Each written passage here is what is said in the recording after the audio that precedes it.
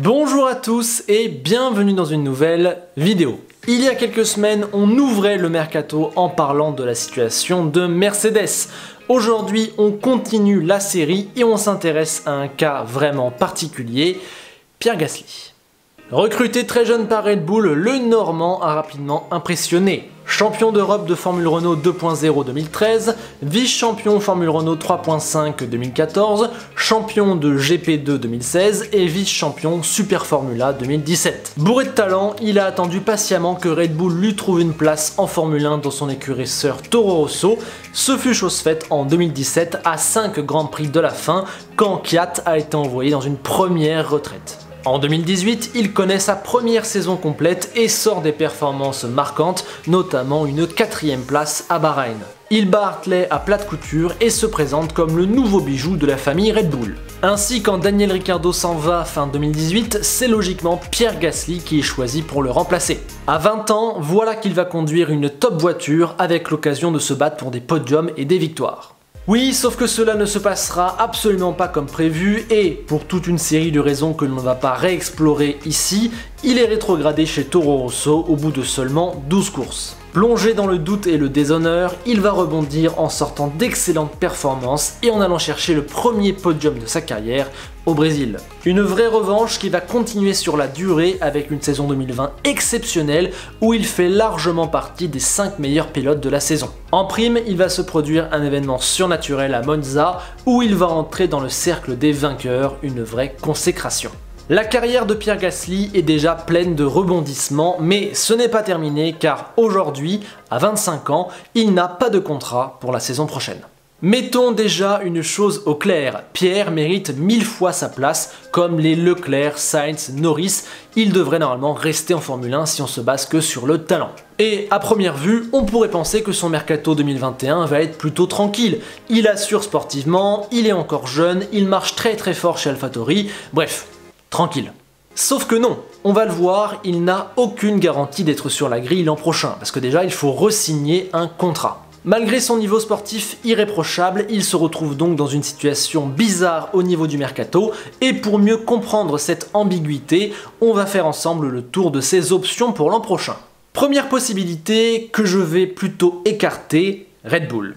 Clairement, quand on pilote aussi bien chez AlphaTauri, on a une chance de retourner chez Red Bull, mais personnellement, Gasly et Red Bull, je n'y crois pas, je n'y crois plus. Encore une fois, le problème ce n'est pas le niveau. Pierre, depuis 2 ans, il a largement montré qu'il aurait mérité une meilleure chance ou en tout cas plus de temps. Et pour moi, le vrai problème c'est qu'il semble y avoir une petite fissure entre Gasly et le noyau dur du clan Red Bull. Même s'il clame toujours son envie de revenir pour piloter une top voiture, et il a raison, j'ai l'impression que le courant ne passe pas. Son passage en 2019 a peut-être trop abîmé sa relation avec Horner et Marco, et selon moi, ce passage en 2019 a révélé une incompatibilité entre le français et les méthodes de ce Red Bull-là. Pierre a clairement besoin de se sentir entouré, bien chez lui, et Red Bull est une écurie qui dénote dans la manière de traiter ses pilotes.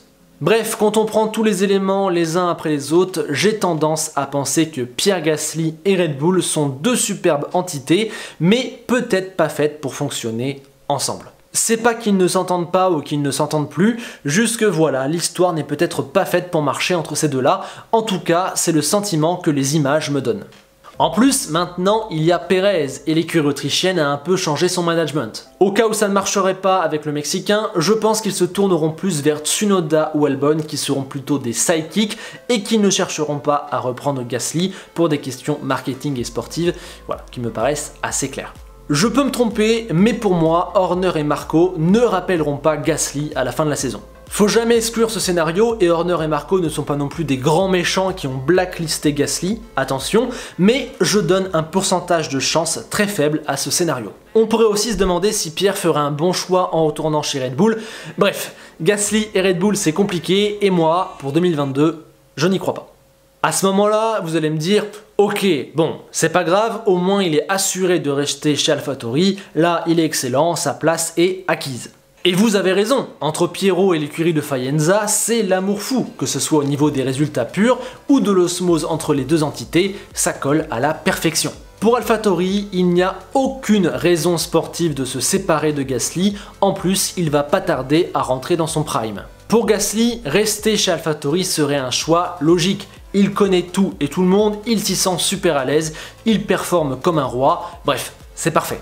Peut-être qu'AlphaTauri ne lui offre pas tous les moyens de ses ambitions et qu'il aspire à avoir une meilleure voiture, mais il aura peu d'options sur le marché et avant le bouleversement de 2022, il vaut peut-être mieux rester là où on se sent à l'aise. Et puis il y a un petit peu le fameux projet Benetton 2.0 auquel Pierre a l'air de croire pas mal. Pour les deux parties, renouveler le contrat serait un choix safe, intelligent, cohérent, bref, c'est même le choix plutôt logique. Sauf qu'à mon sens, les choses ne sont pas aussi simples que ça et la place de Pierre pourrait être menacée.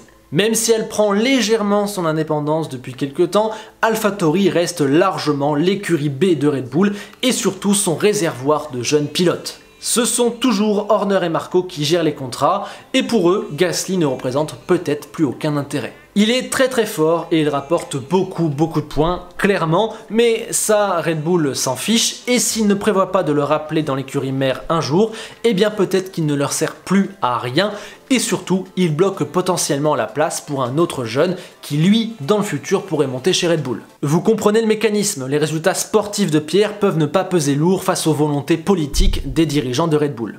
À l'image de Kat, viré pour mettre un jeune alors qu'il faisait un travail respectable, Pierre peut être mis en danger car malgré ses performances énormes, sa place est peut-être avant tout un point stratégique pour Red Bull et pour ses jeunes. Or, en Formule 2, il y a Liam Lawson, Jüri Vips et Jehan Daruvala, les trois sont très bons et vont truster le top 10 de la F2 jusqu'au bout, voire mieux.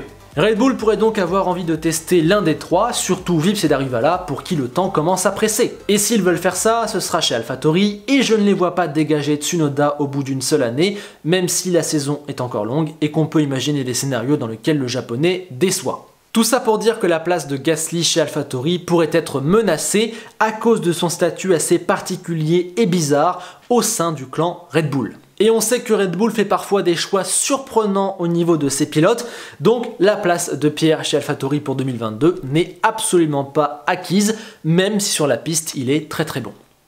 On voit déjà là la première ambiguïté de la situation de Pierre Gasly, il est indiscutable sportivement, mais sa position au niveau des contrats et des dirigeants est assez bizarre et ça pourrait lui porter préjudice. À ce moment-là, Pierre pourrait tenter d'aller voir ailleurs, mais là aussi, il se retrouve dans une position ambiguë à cause de trois facteurs. Il y a une nouvelle réglementation qui arrive et changer d'écurie juste avant, c'est peut-être pas super intelligent. De deux, sa meilleure place reste peut-être quand même chez AlphaTauri. Et de trois, il y a très peu d'options sur le marché. À ce jour, en début juin 2021, il n'y a clairement rien de simple et d'acquis dans la position de Pierre Gasly. On a vu la situation pour Red Bull et AlphaTauri, voyons maintenant le cas de figure où Pierre décide de partir ou soit obligé de partir du clan Red Bull. Déjà, on exclut Ferrari, McLaren, Haas et Aston Martin car toutes ces équipes ont leur duo pour 2022 et n'en changeront pas. À part peut-être Haas, mais je ne vois pas comment Pierre pourrait s'y retrouver. Cela nous laisse Mercedes, Alpine, Alfa Romeo et Williams comme cible potentielle. Alpine serait un choix assez évident, au-delà du côté franco-français. L'écurie récupérerait un talent au meilleur moment de sa carrière et le pilote s'assurerait un futur dans un endroit stable où il serait très bien traité. Double smart move. Oui, sauf qu'il y a un problème, c'est qu'Alpine n'aura peut-être pas de siège libre en 2022. On parlera bientôt du mercato de l'écurie française, mais Alonso sera là en 2022. C'est pour ça qu'il est revenu et ses contre-performances actuelles ne changent rien au projet à mon sens. Un départ d'Alonso fin 2021 me paraît tellement catastrophique et contradictoire pour toutes les parties que de facto, il me semble totalement impossible.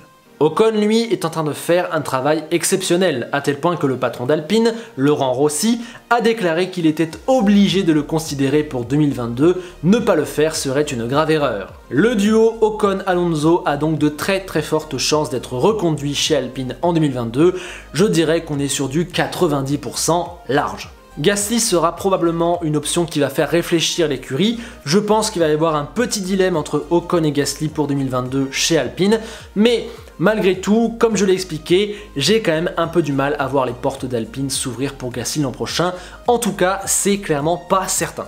Pour Mercedes, on a déjà décrypté la situation et pour que Gasly se retrouve dans l'écurie en 2022, il faudrait une avalanche d'événements surnaturels. Pour moi, Pierre est 6ème sur la liste potentielle de Mercedes et pour qu'il soit choisi, il faudrait que 4 noms avant lui soient rayés. J'ai beau tourner le truc dans tous les sens, je vois pas comment ça peut arriver, donc je donne qu'1% de chance à Pierrot de se retrouver chez Mercedes l'an prochain. Reste alors Williams et Alfa Romeo qui ne font pas rêver aujourd'hui, mais qui seront sûrement les seuls à avoir des places libres pour l'an prochain. Côté Williams, Russell a de bonnes chances de passer chez Mercedes et le contrat de Latifi prend fin. Côté Alfa Romeo, Giovinazzi et Kimi n'auront plus de contrat et il n'y a aucune certitude sur un renouvellement, il pourrait y avoir entre 1 et 2 places libres. À l'heure actuelle, je dirais que ces deux écuries sont à considérer comme des solutions de repli. Pierre ne va pas dès aujourd'hui enclencher des démarches actives pour tenter d'y signer, mais il va les regarder, les garder sous le coude au cas où ça se passe mal avec Red Bull. Parce qu'on l'a vu, Pierre n'est clairement pas à l'abri dans le clan Red Bull, il n'y aura peut-être pas de place chez Alpine, Mercedes c'est chaud, donc peut-être qu'en fait, s'il veut rester en Formule 1, Alfa Romeo et Williams vont être ses seules options. Encore une fois, on n'en est clairement pas là, c'est le scénario vraiment négatif, mais ce scénario existe et il a une vraie chance de se produire, alors il faut l'envisager. Chez Alfa Romeo, il serait bien entouré avec Fred Vasseur et sûrement un jeune à ses côtés. Il deviendrait directement le leader d'un nouveau projet pour l'écurie, ce qui est super excitant. À l'heure actuelle, Alfa ne fait pas rêver, mais personne ne peut prédire la hiérarchie 2022. Y signer serait donc un pari risqué, mais qui pourrait s'avérer diablement payant. Si Alfa réussit sa transition, Pierre pourrait se retrouver le numéro 1 d'une très bonne écurie. Quand même, ça fait un petit peu rêver, ça pourrait être un bon scénario.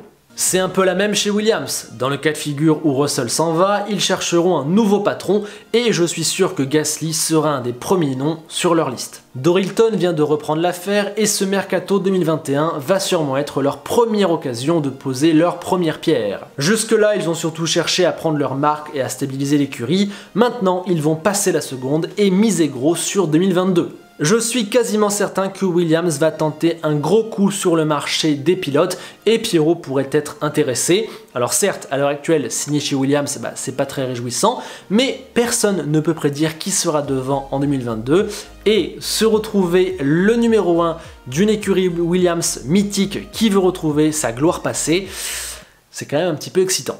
Je vous l'accorde, à l'heure actuelle, il est très difficile d'imaginer Pierre dans une de ces deux écuries, et même c'est pas le premier truc auquel on pense, parce que pour l'instant, elles sont tout au fond du classement. Je suis également d'accord que signer dans une de ces deux équipes, c'est un pari vraiment très risqué, mais après tout, personne n'a de garantie sportive pour l'avenir, et peut-être que Pierre va se retrouver avec très peu d'options. Un mercato, ça réserve toujours des surprises et vu la forme que le mercato 2021 prend, j'ai un peu peur que Pierre soit au centre de ces surprises. À ce moment-là, Williams et Alfa Romeo deviennent deux options très crédibles qu'il faudra considérer et qui ne seraient absolument pas négatives pour la suite de la carrière du Français. Mais bon, on en est encore loin, on en parlera quand ça se reprécisera.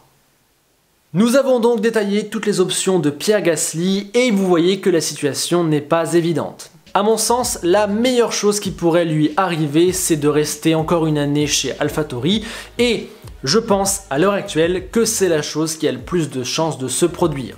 Malheureusement, on en a longuement parlé, le clan Red Bull réserve parfois des surprises et si jamais ça se passe mal pour Pierrot, ça pourrait un petit peu devenir la catastrophe. Alpine serait un super choix, mais il n'y aura sûrement pas de place, reste alors seulement Alfa Romeo et Williams, deux choix pour l'instant par défaut, mais qui pourraient s'avérer de très belles options si jamais les choses se décantent en leur faveur. Je n'oublie pas non plus l'option d'un retour chez Red Bull, il ne faut jamais l'exclure, mais je dois avouer ne pas y croire totalement aujourd'hui. À titre personnel, si je devais parier aujourd'hui en début juin, je dirais que Pierre va prolonger chez AlphaTauri, mais rien n'est acquis. Vous le savez, l'objectif de cette série Mercato 2021, c'est de voir les options et les enjeux des uns et des autres. Les choses sérieuses risquent de commencer durant l'été, ça arrive très vite et je voulais qu'on ait tout en tête avant. Le cas de Pierre Gasly n'est franchement pas simple, mais j'espère avoir réussi à résumer la situation et les différentes options. N'hésitez pas dans les commentaires à me dire ce que vous en pensez. N'hésitez pas à me dire où vous voyez s'inscrire l'avenir de Pierre en 2022. Et n'hésitez pas à mettre un pouce bleu si mon travail vous a plu. Encore une fois, je le répète, je n'ai pas la science infuse en matière de mercato. Personne ne l'a, mais voici selon moi les différentes options de Pierre et sa situation. À vous maintenant de me dire ce que vous en pensez. Sur ce, je vous remercie de votre soutien, on se retrouve très vite pour du nouveau contenu et on se quitte avec une phrase d'Enzo Ferrari qui dit « Si tu veux gagner en Formule 1, accélère, accélère. C'est pas de lui? À bientôt.